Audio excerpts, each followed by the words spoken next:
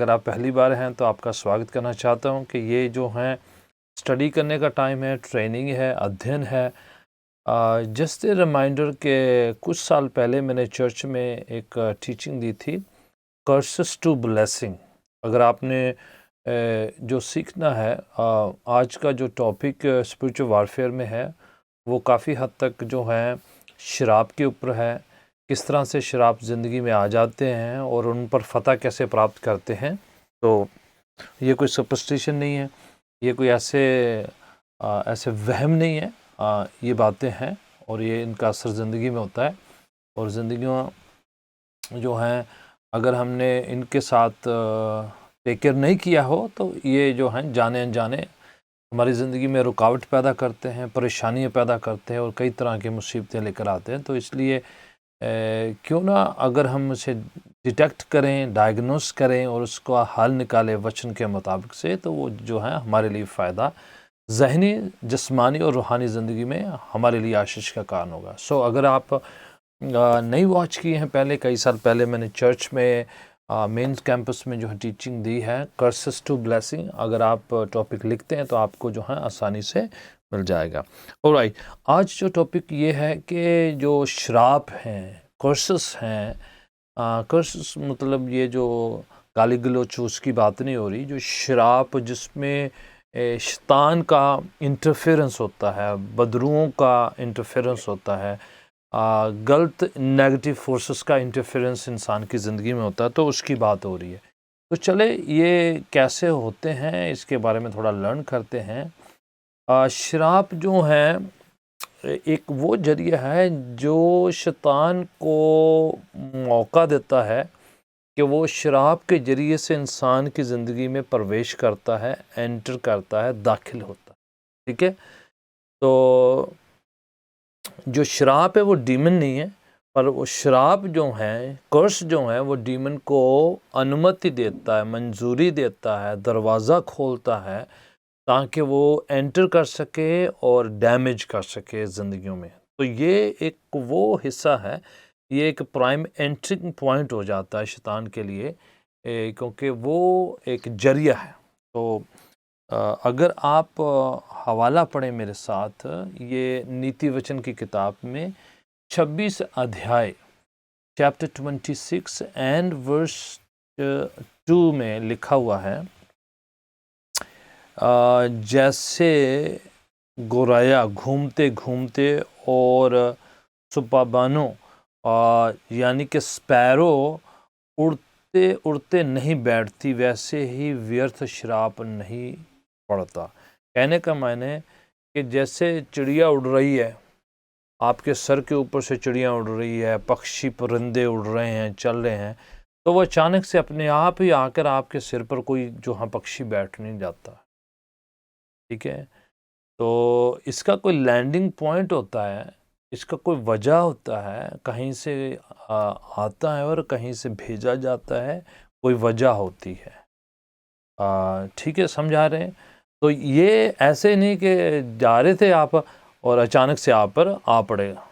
ठीक है, आपके गले पड़ने वाली चीज़ नहीं है, इसकी कोई वजह होती है, कहीं से निकलता है और कहीं पर जाके लैंड करता है।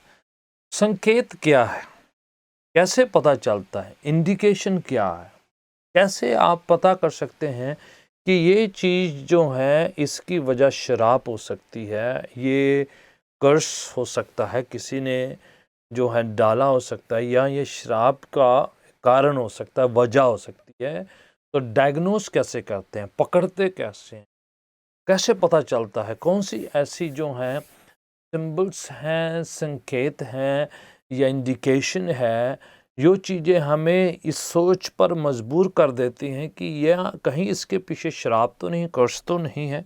तो मैं बाइबल आधारित बातें करूँगा, हवाले ऑलवेज मैं देता हूँ, इसलिए आपके सामने है कि मैं बात कहकर जो है छोड़ने वाला नहीं, पर इसके साथ साथ आपको रीज़न बता रहा हूँ कैसे होता है मेंटल, इमोशनल, फिज़िकल ब्रेकडाउन हो जाना। ठीक है, कॉन्स्टेंटली इस तरह की हरकतें ज़िंदगी में होना, किसी के ज़िंदगी में होना, लगातार रिपीटेड खास पैटर्न के साथ। ठीक है, ध्यान दीजिए, मैं शब्दों का इस्तेमाल कर रहा हूँ। रिपीटेड, लगातार खास पैटर्न के साथ कुछ चीज़ों का घटित होना, कुछ चीज़ों का वापरना, किसी चीज़ों का ज़िंदगी में होना रिपीटेड तौर पर खास तरीका से, खास जो है एक पैटर्न से इमोशनल, फिज़िकल, मेंटल ब्रेकडाउन हो जाना किसी की ज़िंदगी में रिपीटेड तौर पर, तो वो एक इंडिकेशन सा होता है। ठीक है, कॉन्स्टेंटली इस तरह से ऐसा हो तो कांस्टेंट, लगातार sickness, specially hereditary sickness. Hereditary sickness को कौन सी होती है? जो पीढ़ी दर पीढ़ी चलती, पुश्त दर पुश्त चलती है, वंश से कैरी ऑन होती है।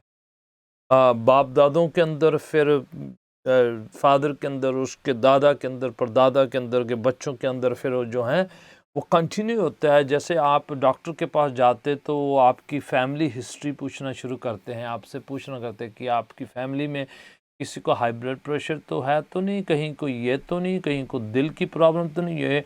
उनको पता है, वो उनको लगने जाता है, वो डायग्नोसिस करते हैं ब्लड से, क्योंकि ब्लड कैरी कर रहा है वो, तो वो हेरिडेटरी ख़ानदान से पुश्ते चलता आ रहा है। तो कहते हैं कि अगर आपके ख़ानदान में इस एज में पैटर्न है, रिपीटेड है, इस टाइम में, ऐसे ऐसे वक्त में ऐसा हो जाता है, तो आप जो हैं बड़े हाई रिस्क हैं, आपको भी हो जाएगा, इसलिए आप तवज्जो दें, या आपको ऐसे तरीके से वो जो है ट्रीट करना शुरू कर देते हैं, क्योंकि उनको पता है कि ये होता है। मेडिकल साइंस भी इस बात को कह रही है। ठीक है, तो ये वजहें हैं, ये कुछ तरीके हैं।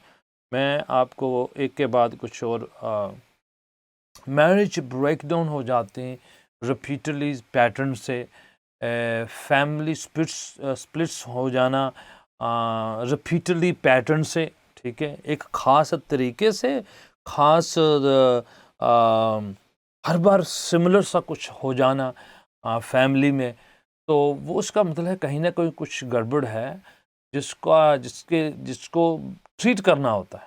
उसके बारे में जो है फिर आगे जाकर मैं बताऊंगा कैसे ट्रीट करना है।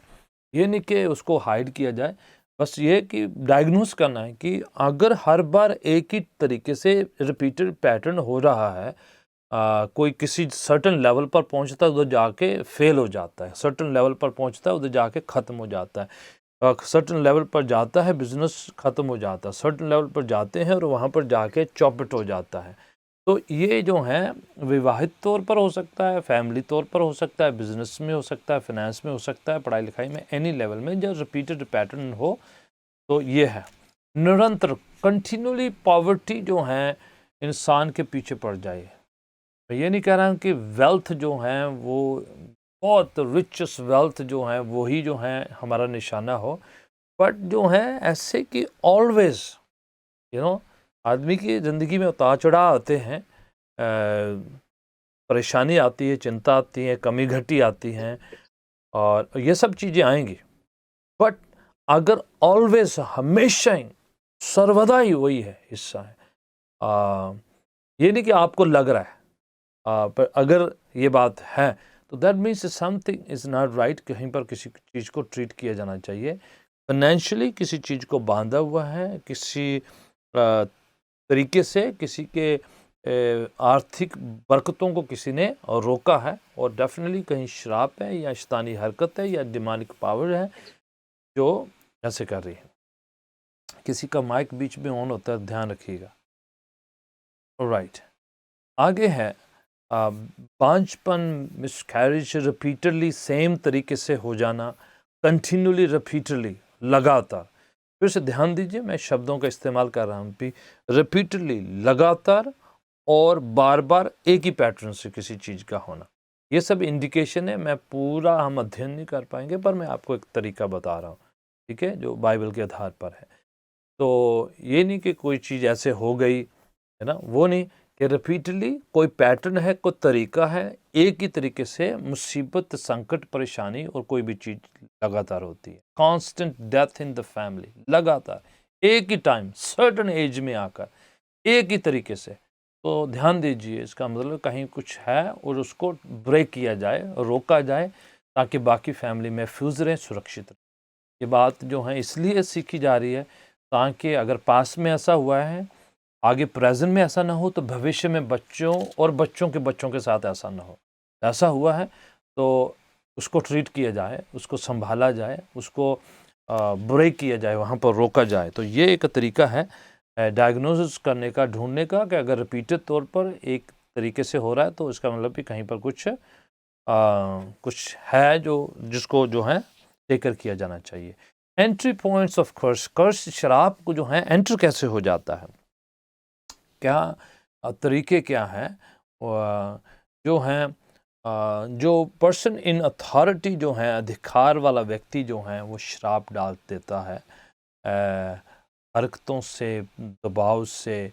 कैसे आप किसी के अंडर में हैं, ठीक है, तो जाने अनजाने जो हैं उनसे जो है शराब कह दी जाती है। अब शराब जो है फिर से जो हैं उपशब्द हैं, गलत नेगेटिव वर्ड्स हैं, ऐसी शब्दावली है, ऐसे जो हैं जो बुरे जो हैं शब्द हैं जो अट्रैक्ट करते हैं डिमोनिक फोर्सेस को, और वो उसको जरिया बना के एंटर कर जाते हैं। जैसे कोई कह देता भी ये तो फलाना, तेरी तो तेरा तो तरक्की ना हो, तेरी तो ज़िंदगी कभी सुधरेगी नहीं, तू तो कभी सफल हो नहीं सकता, तेरे से तुझे बन पाएगा नहीं। तो ये जो है ऐसे शब्द जो हैं, नेगेटिव शब्द जो हैं किसी ने बोल दिए, तो वो जो हैं जरिया बन सकते हैं, वो एक शैतान उसको इस्तेमाल कर सकता है। ये नहीं मैं कह रहा हूँ कि हर बार किसी ने आपको रोड साइड में किसी ने कह दिया तो समझो कि आपको वो आपके लिए हो जाएगा, बट रिपीटली अगर कोई ज़िंदगी में कुछ कहता है नेगेटिव और बार बार वो बातें कही जाती है आपके क्या टारगेट करके, या आपको आपके बारे में जो अथॉरिटी में कोई कह देता है, रिलीजियस अथॉरिटी हो सकती है, परिवार में कुछ हो सकता है, स्पाउस हो सकता है, कोई भी हो सकता है, पेरेंट्स हो सकते हैं, कोई भी हो सकता है जिसके अंडर में आप हैं, तो वो अगर आप रिपीटडली कह दे तो उसका असर जो है बच्चों पर या उस शख्स पर हो जाता है जो आपके सामने है, जिसके जो जो अंडर में है, तो एक शराब का जरिया बन सकता है। सेल्फ इम्पोस्ट, खुद की गलती से खुद ही इंसान बार बार कहेगी मैं तो कभी, मुझसे तो कभी होगा ही नहीं, ये तो मेरा मेरा मेरा नहीं बनता, ये मेरा मेरा है ही नहीं, ये मेरा हिस्सा नहीं, मुझसे होगा ही नहीं, मैं तो ऐसा लायक नहीं, मैं तो बहुत अपने आप को हीन भावना से सेल्फ गिल्टी में ऐसे रखते रहना और शब्द बोलते रहना रिपीटेडली, तो वो शैतानी ताकत को मौका देती है, क्योंकि आप ऑलरेडी उसके साथ एग्री हो रहे हैं वो जो कह रहे हैं।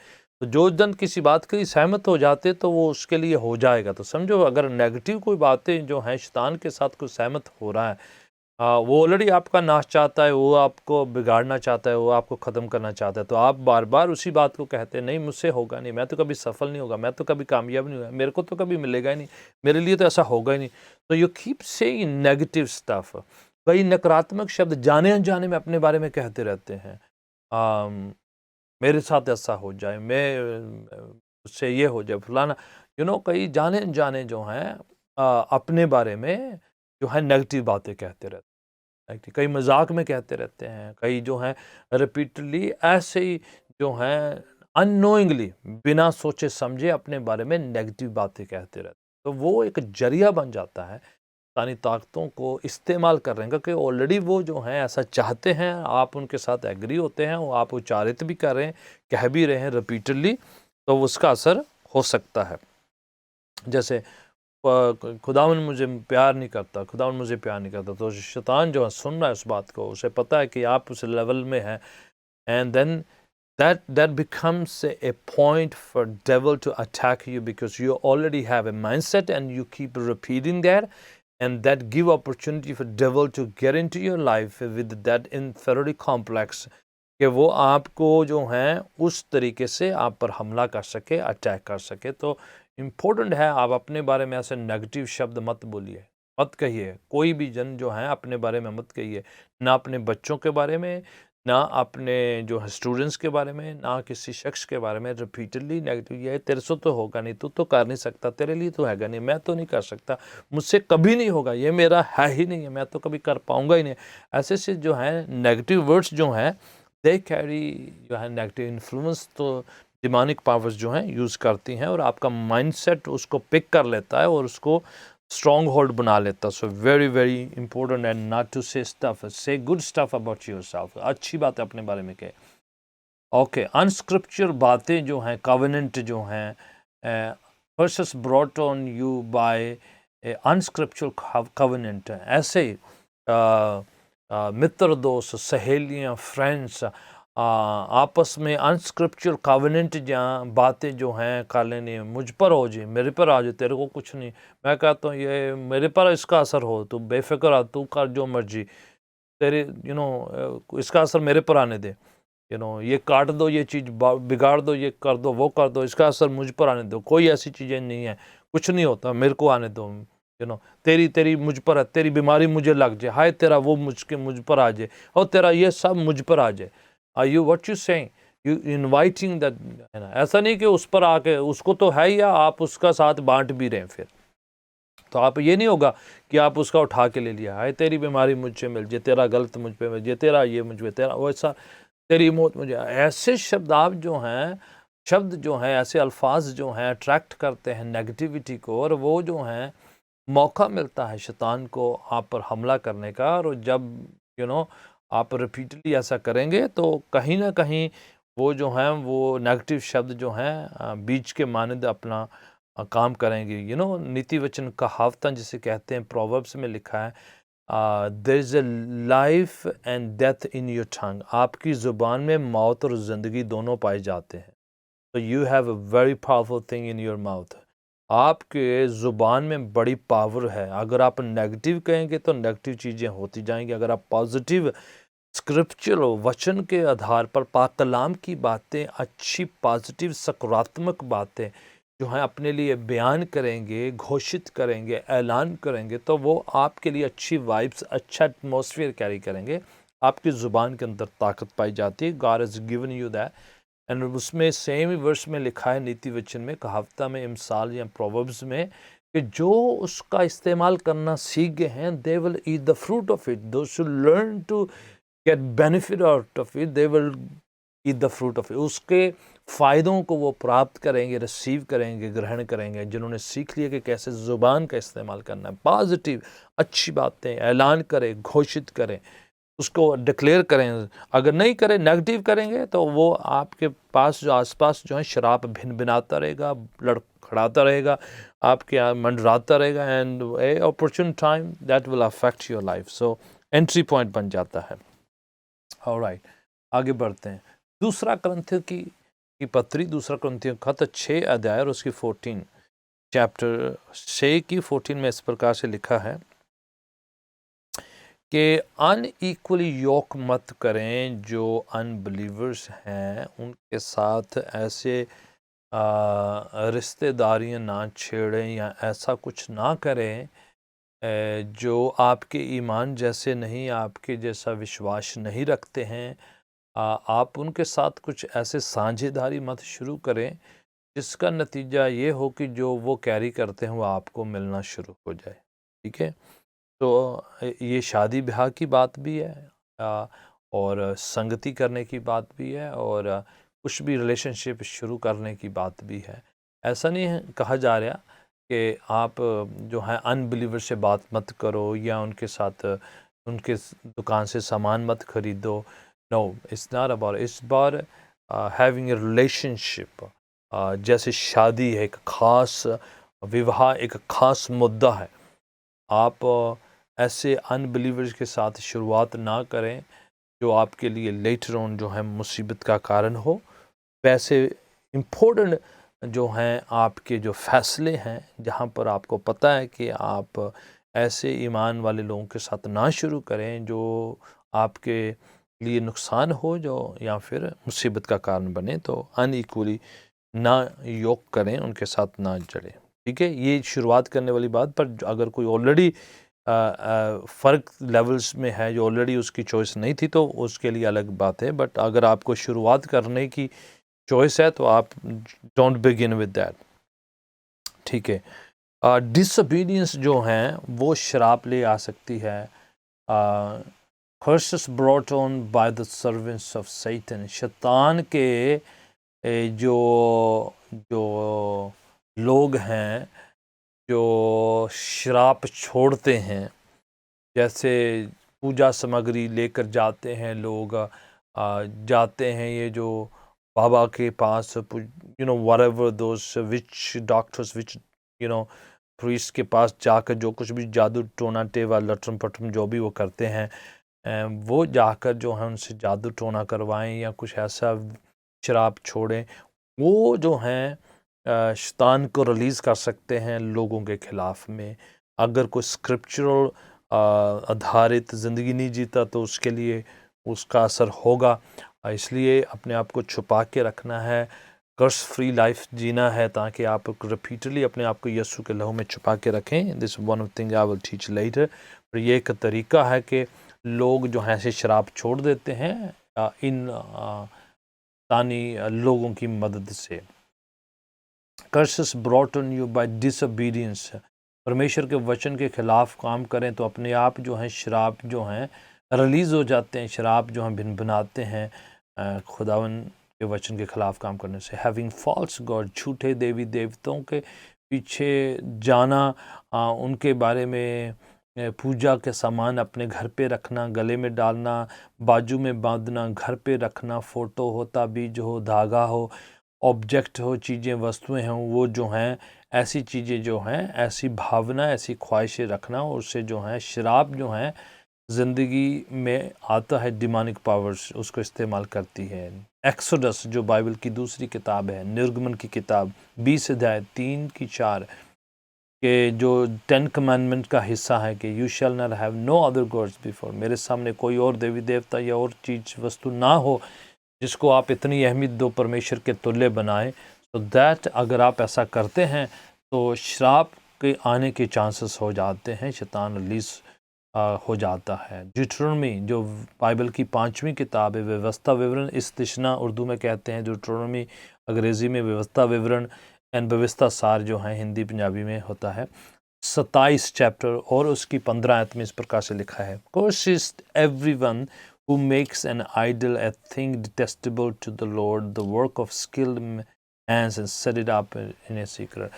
ऐसा शख्स जो मूर्ति बनाता और उसको जो है बना कर रखता है, ढलवा कर लेकर आता है, या छुपा के रखता है, घर पे रखता है, गाड़ी में रखता है, कहीं पर भी ऐसी चीज़ें रखता है जो ऑब्जेक्ट्स हैं, तो बाइबल कहती है कि कर्स रिलीज़ हो जाता है, क्योंकि ये ऑलरेडी खुदावन के ख़िलाफ़ काम कर रहे हो और परमेश्वर के जगह पर किसी और को जगह दे रहे हैं, तो डेफिनेटली वो जो चीज़ है वो शरापित है और शराब कैरी करेगी। सो वेरी डेंजरस ऐसी चीज़ करना। डिसरिस्पेक्ट ऑफ पेरेंट्स, ये बाइबल कहती है कि इससे शराब रिलीज़ हो जाता है। इसलिए 10 कमांडमेंट का एक हिस्सा है कि honour your father and mother, अपने पेरेंट्स की इज़्ज़त करें, सम्मान करें, उनकी रिस्पेक्ट करें। अगर नहीं करते तो बाइबल कहती है इससे जो हैं ज़िंदगी में मुश्किलें हो जाती हैं। इफिसियों की पत्री चैप्टर 6 उसकी पहली और दूसरी आयत जो इसमें नहीं लिखी मैं, इफिसियों की पत्री एफिशिएंस चैप्टर 6 वर्स 1, 2 एंड 3 में लिखा है, अगर तो अपने माँ बाप की इज़्ज़त करता है तो ये इससे आपका भला होगा, आप it will be good for you and you will live a longer life, इससे आप लंबी ज़िंदगी जियोगे। नहीं तो फिर लाइफ छोटी हो जाएगी। वजह क्या है कि शराब रिलीज़ हो जाते हैं, वो जो बीमारियां लेके आते हैं, कई और चीज़ों को लेकर आते हैं, डिमोनिक इंटरफेरेंस को लेकर आते हैं, देन डेफिनेटली लाइफ शॉर्टर हो जाती है। तो पेरेंट्स की इज़्ज़त करना, हालांकि वो आप उनके साथ एग्री हो या ना हो, respect the parents, otherwise biblically is very dangerous. 27 व्यवस्था विवरण ड्यूटरोनॉमी 27:16 सेम बात को रिपीट कर रहा है जो भी मैंने कही है। Curse is everyone who dishonour their father और मदर। देखें ये जो हैं शराब रिलीज़ कर देती हैं ये चीज़ अपने आप में। जैसे कोई इंसान अपने पिता की, अपने बाप की, अपनी माँ की जो है डिसरिस्पेक्ट करता है, तो ये नहीं कहा जा रहा है कि आप हर बात में उनके साथ एग्री हो या हर बात में उनके साथ सहमति जताएं। हो सकता है उनका पर्सपेक्टिव फ़र्क हो, आपका वर्ल्ड व्यू फ़र्क हो, आपका नज़रिया अलग हो सकता है। You can disagree but still respect. ठीक है, तो ये है आप वेरी केयरफुल क्योंकि ये शराब रिलीज़ करते हैं। ऑलराइट, ट्रेचरी अगेंस्ट नेबर के ख़िलाफ़ कुछ विश्वासघात करना, जिसे 10 कमांडमेंट्स में भी लिखा है, पड़ोसी के किसी चीज़ का लालच मत करना, इससे श्राप रिलीज़ हो जाता है। You keep destroying, betraying and treating against, अपने नेबर के ख़िलाफ़ कुछ करते रहें, तो वो जो है अपने आप में श्राप कैरी करता है। ओके, डिट्रोनॉमी 27:17, व्यवस्था विवरण 27 की 17 में लिखा है, कर्स इज एवरीवन, शापित है वह जो किसी दूसरे की सीमा को हटाए। तब सब लोग कहें आमीन। ठीक है, तो ये जो है दूसरों का के साथ जो ज्यादती करना, उसके साजो सामान को लूटना, या किसी न किसी धोखाधड़ी से साजो सामान को लेना, ज़मीन को या चीज़ों को, वस्तुओं को, उसके सब चीज़ों पर जो हम बुरी आँख रखना, ये जो है श्राप को रिलीज़ करती है। इनजस्टिस टू द वीक, जो आदमी कमज़ोर है उनके साथ अन्याय करते जाना, फिर बाद में हल्ला करते रहना, बाद में मजाक उड़ाना और करना, बड़ा शेखी मारना कि मैंने उसके साथ ये किया था, मैंने उसका ये हड़प लिया, मैंने उसका ये ले लिया, मैंने उसका ये ले लिया, और किसी को बार बार जो है, जो वीक है, कमज़ोर है, उस पर अत्याचार करने से जो है श्राप रिलीज़ होता है। ये वेरी डेंजरस है, शैतान इसको पता होता है तो वो इस्तेमाल करता है ऐसी चीज़ों को। Curse is everyone who leads a blind astray. देखें, ये बार बार कर्स वर्ड जो हैं बताए गए हैं कि इससे श्राप रिलीज़ होता है अगर जो किसी के ख़िलाफ़, विडो के ख़िलाफ़, फादरलेस के ख़िलाफ़, अनाथ के ख़िलाफ़, कमज़ोर के ख़िलाफ़, जो फिज़िकली हैंडीकैप्ड है उसके ख़िलाफ़ षड्यंत्र या प्लान करके उसकी कमज़ोरी का फ़ायदा उठाए, या उसको जो उसके साथ विश्वासघात करे या उसके साथ बुराई करे, नोइंग कि वो कमज़ोर है, जानते हुए कि वो जो हैं वो इक्वली पावर में नहीं है, तो बाइबल कहती है कि श्राप जो है उस पर आएगा, नहीं तो उसकी पीढ़ी पर आएगा। Very dangerous, should not be affect of wrong physical relationship particularly outside the marriage, जिसे श्राप आता है। डिमोनिक पावर्स इंटरफेरेंस कर लेती हैं, you know, wrong relationship, physical out of marriage, अलग रिलेशनशिप बिल्डअप करने बनाने, इससे जो है श्राप आता है एंड डिमोनिक पावर्स जो हैं एंटर होती हैं। Very clear, I don't have to explain it. व्यवस्था विवरण डिट्रोनॉमी 27:20 से लेकर 23 तक बड़ा क्लियरली लिखा है। मैं ये आप हवाले पढ़ सकते हैं, और इसलिए ये चीज़ें जो हैं लोग प्रे करे जाएं, चर्च जाए और ये सब काम करते जाएं, और उसके बाद कहते पता नहीं क्या है कि हम ऐसा। आप उसके बाद बाइबल पढ़ें, उसके बाद प्रेयर करें, उसके बाद आप रिपीटली सारे काम जो हैं रिलीजियस काम करते रहें, बट ये चीज़ें जो हैं उसको ना रोकें, तो देन डोंट यू थिंक कि खुदावन तो जानता है। तो बाइबल कह रही है क्लियरली, अगर ये काम करते तो श्राप रिलीज़ हो जाएगा, जिससे जो है डिमोनिक पावर जो हैं उनका इंटरफेरेंस होगा, शैतान को मौका मिलेगा, वो ज़िंदगियों में आएगा। हालांकि ज़रूरी नहीं कि आदमी फड़फड़ाए जो उसके अंदर मैनिफेस्ट होए, पर उसके काम ख़राब होते रहेंगे, फिज़िकली, स्पिरिचुअली, इमोशनली, उनके साथ, उनकी फैमिली के साथ कुछ ना कुछ जो है शैतान इंटरफेरेंस करता रहेगा, क्योंकि उसे मौका दिया है, उसके लिए दरवाजे खोले हैं। तो ये है झूठी शपथ लेना, खामखा जो बिना वजह से है, हमारे कल्चर में कई बार जो है गला पकड़ के, मुंह पकड़ के खामखा सिर की कसम, बालों की कसम, बच्चों की कसम, ज़मीन की कसम, अनाज की कसम, और रोज़गार की कसम, लकड़ी की कसम, ये कसम, अपने साजो सामान की, जो अपने जो हैं जो अपनी रोटी की कसम, ये चीज़ों की कसम, बार बार रिपीटली कसम खाना है। चाहे यीशु मसीह इसलिए कहते हैं मत्ती की इंजील में कि आप जो है सच्ची कसम भी मत खाओ, क्योंकि यू डोंट ओन योरसेल्फ, आप अपने खुद नहीं हैं, परमेश्वर ने जो है आपको बनाया है, वो सृजनहार रचयिता है, तो आप अपने नहीं हैं।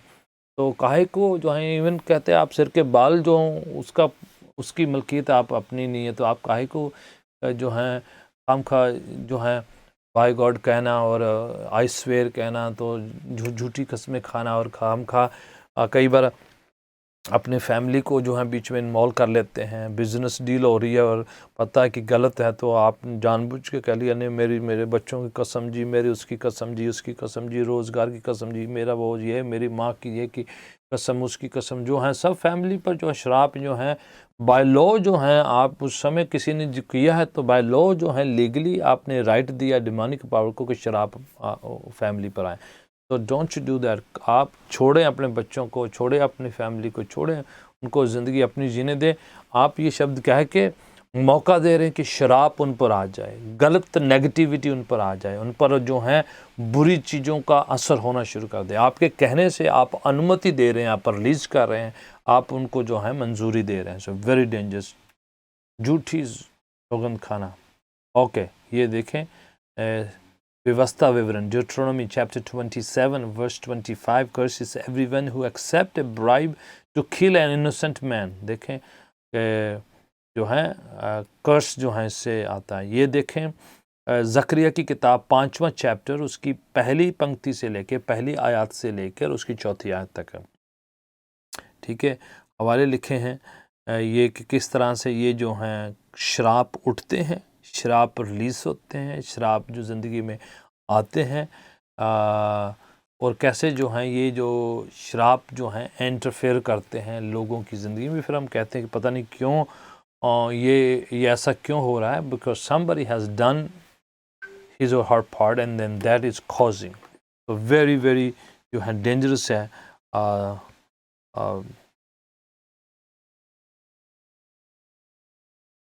Prize God. सो ध्यान दीजिए कि ये चीज़ें जो हैं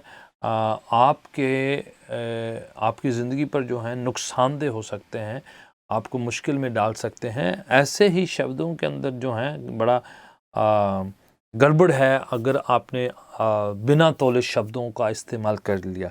ओके, अब ये सब सीखते रहें कि शराब शराब शराब, तो उसका जो है डिलीवरेंस नहीं सीखा कि कैसे उससे मुक्त कैसे होना है, उससे छुटकारा कैसे पाना, तो अधूरी टीचिंग। सो ये सिर्फ आउटलाइन है, 4 बातें जो हैं बाइबल के आधार से, हवालों के हिसाब से मैंने बताया कि ये ऐसे असर आती हैं। अब जो थोड़ा सा सीख लें कि कैसे इससे छुटकारा कैसे पाया जाता है। नंबर 1, छुटकारा क्या है। पहली बात तो ये कि इंसान हम्बल होकर ये बात कहे कि मुझे इससे छुटकारा पाना है। हाइड करना, प्रटेंड करते रहना कि मुझे कुछ नहीं है, मेरे को है ही नहीं है, दूसरे लोगों को होता है, मुझे नहीं होता है, मेरी ज़िंदगी में कुछ नहीं है। अगर आपको लग रहा है कि इन चीज़ों के द्वारा से आप कहीं फील कर रहे हैं कहीं पर श्राप है या इंटरफेरेंस है, नेगेटिविटी है, या कहीं पर कुछ बात ने प्रवेश किया, दाखिल होगी है, तो पहला काम क्या है, नम्र होकर परमेश्वर के सामने अपने आप को सरेंडर करना, स्पुर्द करना और कहना है प्रभु मुझे लग रहा है कि ये जो है नेगेटिविटी मेरी ज़िंदगी में, मेरे ख्यालों, मेरे कल्पनों, मेरे सोचों, मेरे शरीर में, मेरे घराने में प्रवेश कर चुकी है और मुझे नहीं पता कैसे छुटकारा पाना, पर मैं नम्रताई के साथ, हलीमी के साथ अपने आप को पेश करता हूँ, स्पुर्द करता हूँ, सरेंडर करता हूँ। तो पहला काम ये है, नम्रता के साथ है, हलीमी के साथ हम्बल होके इस बात को कहना। ये मैं प्रिटेंड करते हैं मुझे कुछ नहीं हो रहा, ये सब सबके साथ होता है, ऐसा कुछ नहीं है, तो ये सब चीज़ है ना। दूसरा, we must be completely honest. पता है हमें कहाँ पर है, तो प्रिटेंड नहीं करना है, ऑनेस्टली अपने आप को जो है इस लेवल में लेके आना है, इस तरह से करना है कि हम उससे जो है हाइड ना करें, छुपाए ना। अगर सेवक से प्रार्थना करवा रहे हैं तो आप उनको बताएं कि ये प्रॉब्लम है, मुझे पता है मैंने ये दरवाज़ा खुल गया था या पास में हो गया था, तो आप जो है ऑनेस्टली, ईमानदारी के साथ जो है उसको टैकल करने के लिए दरवाज़ों को बंद करें और ऐसा करें। सो तीसरा है कन्फेस योर सिंस, है ना, अपने गुनाहों को माने। मैंने संडे को आपके साथ बांटा था ये हवाला,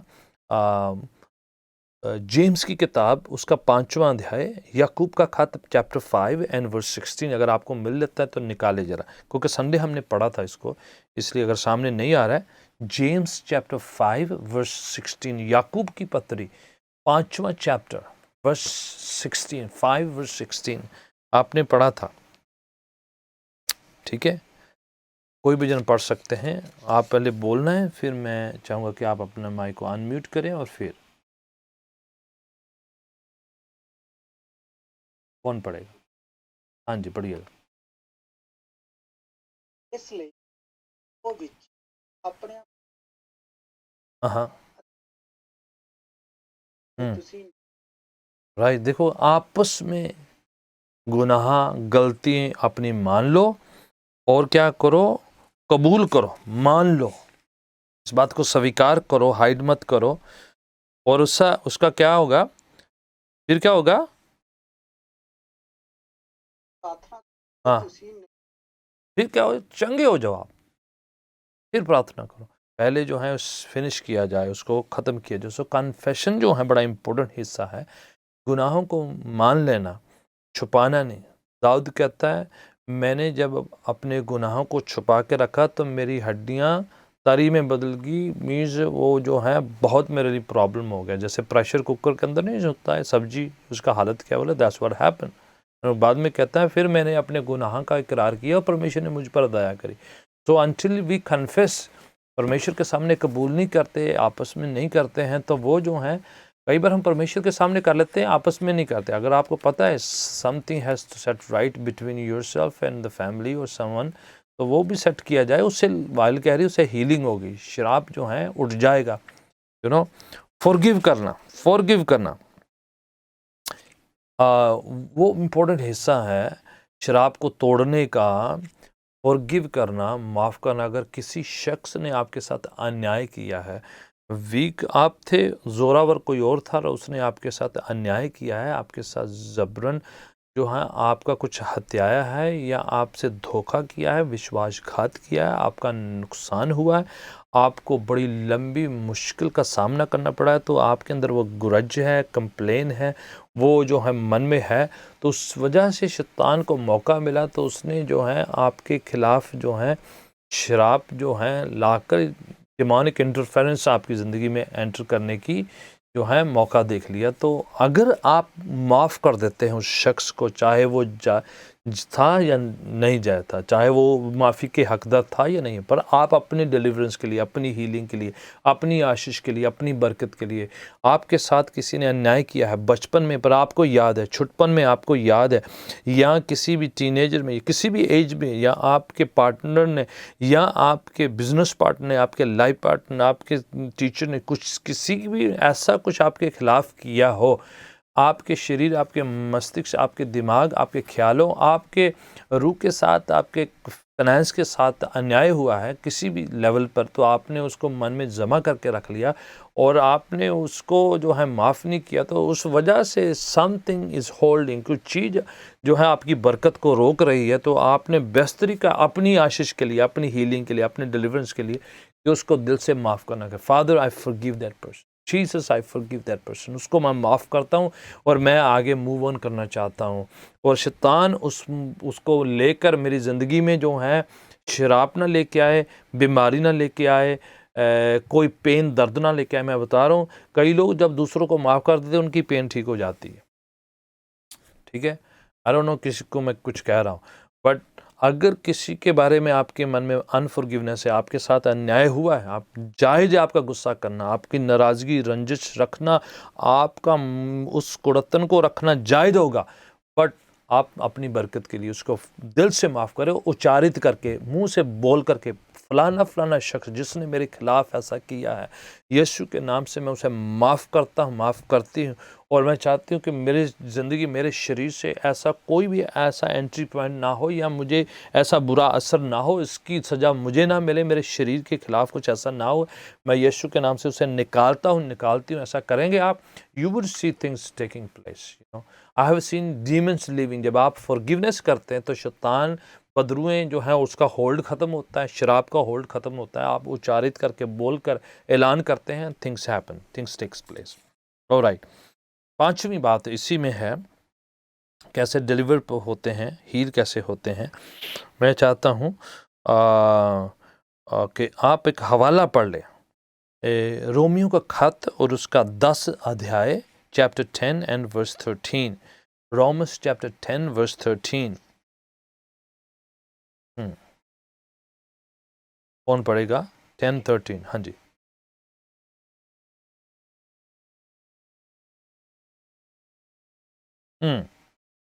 ठीक है, ये एक, पर हाँ हाँ हाँ, ਪਰ ਜਿਹਦੇ ਉੱਤੇ ਦਾ ਨਹੀਂ ਦਾ ਨਾਮ ठीक है, ਜਿਹਦੀ हाँ जी, काफ़ी।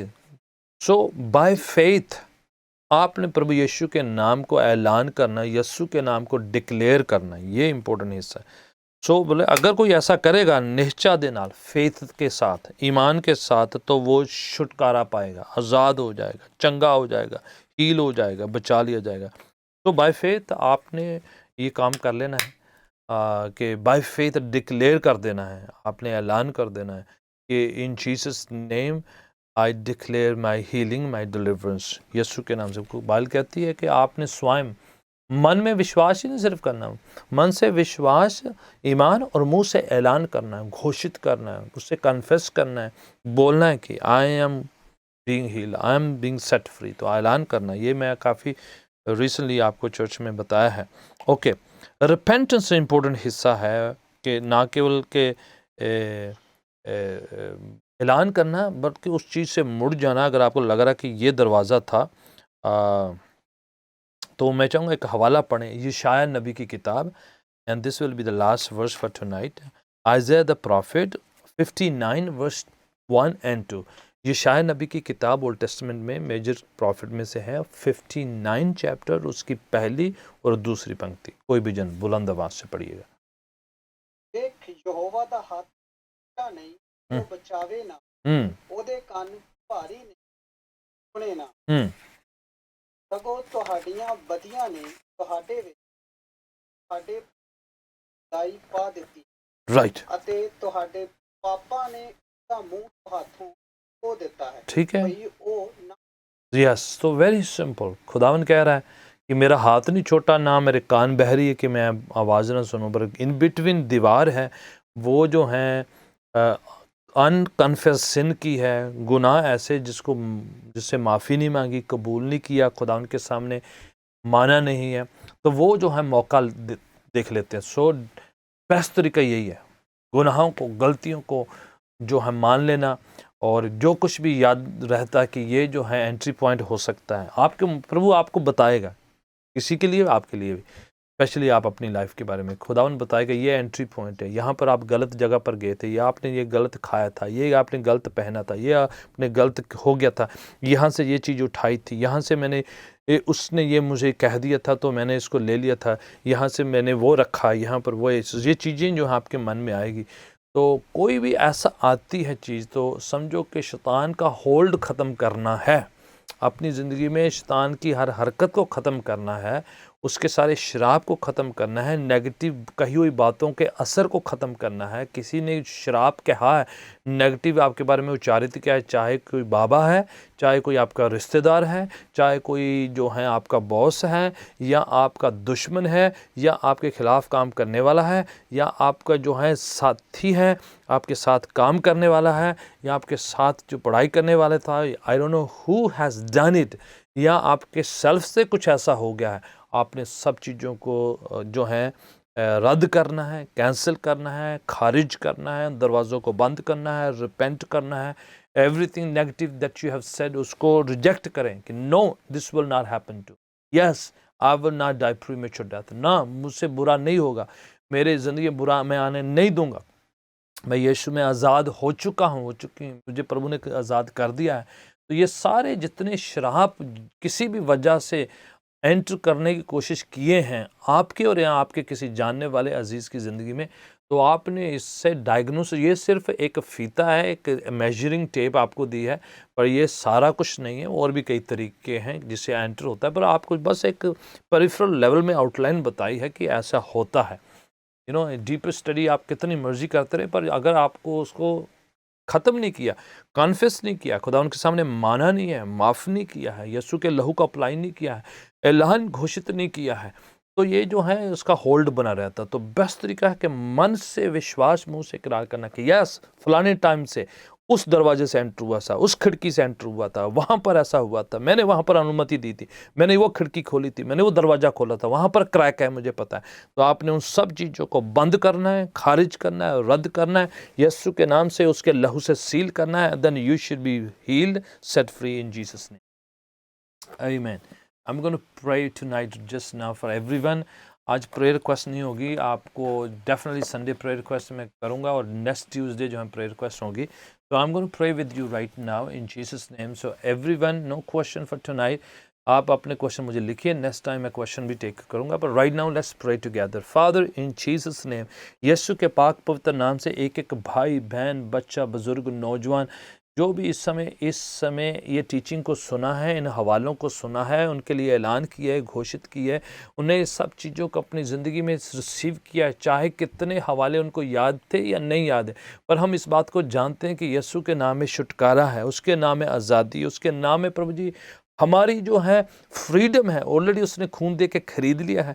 कोई भी बात जिससे शैतान ने, शराब ने एंटर करने की कोशिश करी या बदरू ने एंटर करने की कोशिश करी है, यीशु के नाम से उस सारी बातों को हम रद्द करते हैं, कैंसिल करते हैं, उन दरवाज़ों को हम बंद करते हैं, खिड़कियों को बंद करते हैं, उन डोर को हम बंद करते हैं और वहाँ पर यीशु के लहू को लगाते हैं और रिपेंट करते हैं, माफ़ी मांगते हैं, माफ़ करते हैं दूसरों को जिन्होंने हमारे खिलाफ़ किया है। जैसे हम अपने कसूरवारों को माफ़ करते हैं, खुदावन आप हमें माफ़ करते हैं। खुदावन हम किसी ने भी हमारे खिलाफ़ कुछ भी क्यों ना किया हुआ, हमारा नुकसान हुआ, पर खुदावन हम माफ़ करते इसलिए कि हमारी बरकत ना रुके, हमारी जो छुटकारा ना रुके, ताकि हमारी आशीष ना रुके, हमारी हीलिंग ना रुके। यीशु के नाम से मैं चंगाई का, छुटकारे का, फजल का, अनुग्रह का, डिलीवरेंस का, बेहतरी का, तरक्की का, कामयाबी का ऐलान करता हूँ एक एक शख्स पर, एक एक खानदान पर, एक एक बच्चे पर, एक एक नौजवान पर। किसी ने कोई बुरा शब्द कहा हो या किसी ने भी कुछ कहा हो जिसके कारण से उनकी पढ़ाई में, उनके कामकाज में, उनके प्रोफेशन में, उनकी ज़िंदगी में, उनके ख़ानदान में बुरा हो रहा है या हुआ है, यीशु के नाम से उस सब बातों को मैं रद्द करता हूँ, कैंसिल करता हूँ, खारिज करता हूँ, डिस्ट्रॉय करता हूँ। राइट नाउ इन जीसस में be uprooted, come out and cancel, renounce and reject and never have any impact on the people of God. Right now, खुदा जितने लोगों ने वचन सुना है सब यीशु के लहू के द्वारा ब्लेस्ड हो, हील हो, डिलीवर हो। In Jesus' name, set free from the curse and be blessed. In Jesus' name I pray. Amen. Praise God. Amen. God bless you all. आप सबको खुदावन बहुत बरकत दे और मैं विश्वास करता हूँ इससे आपकी काफ़ी हेल्प होगी और आपकी दुआ में फ़र्क होगा और आप दूसरों को भी हेल्प कर पाएंगे। नेक्स्ट टाइम मुलाकात होती है, संडे चर्च में मुलाकात होती है। God bless you all.